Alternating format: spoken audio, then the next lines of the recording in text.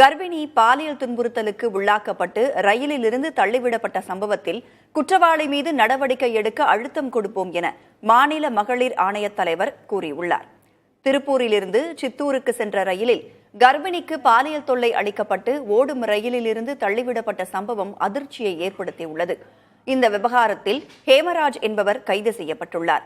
இந்த நிலையில் வேலூர் அரசு மருத்துவக் கல்லூரி மருத்துவமனையில் சிகிச்சை பெற்று வரும் பாதிக்கப்பட்ட பெண்ணை மாநில மகளிர் ஆணைய தலைவர் AS குமாரி நேரில் சந்தித்து நடந்தவை குறித்து கேட்டறிந்தார். பின்னர் பேட்டியளித்த அவர், பாதிக்கப்பட்ட பெண்ணுக்கு நல்ல முறையில் சிகிச்சை அளிக்கப்பட்டுள்ளதாகவும் கருவில் இருக்கும் குழந்தை பாதுகாப்பாக இருப்பதாகவும் தெரிவித்தார்.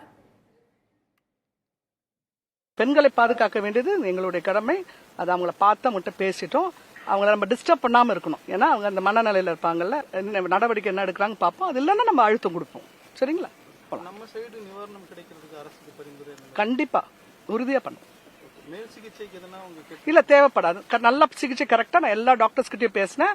அவங்களுக்கு எல்லா விதமான டாக்டர்ஸும் நியூரோ சர்ஜன் பார்த்திருக்காங்க, அவங்களுக்கு கைனகாலஜி டாக்டர் பார்த்திருக்காங்க, கண்ணுக்கு பார்த்திருக்காங்க, ஆர்த்தோபீடிஷியன் எல்லாரும் இப்ப இருந்தாங்க. எல்லாத்தையும் பேசியிருக்கோம். நல்ல முறையில சிகிச்சை கொடுத்திருக்காங்க.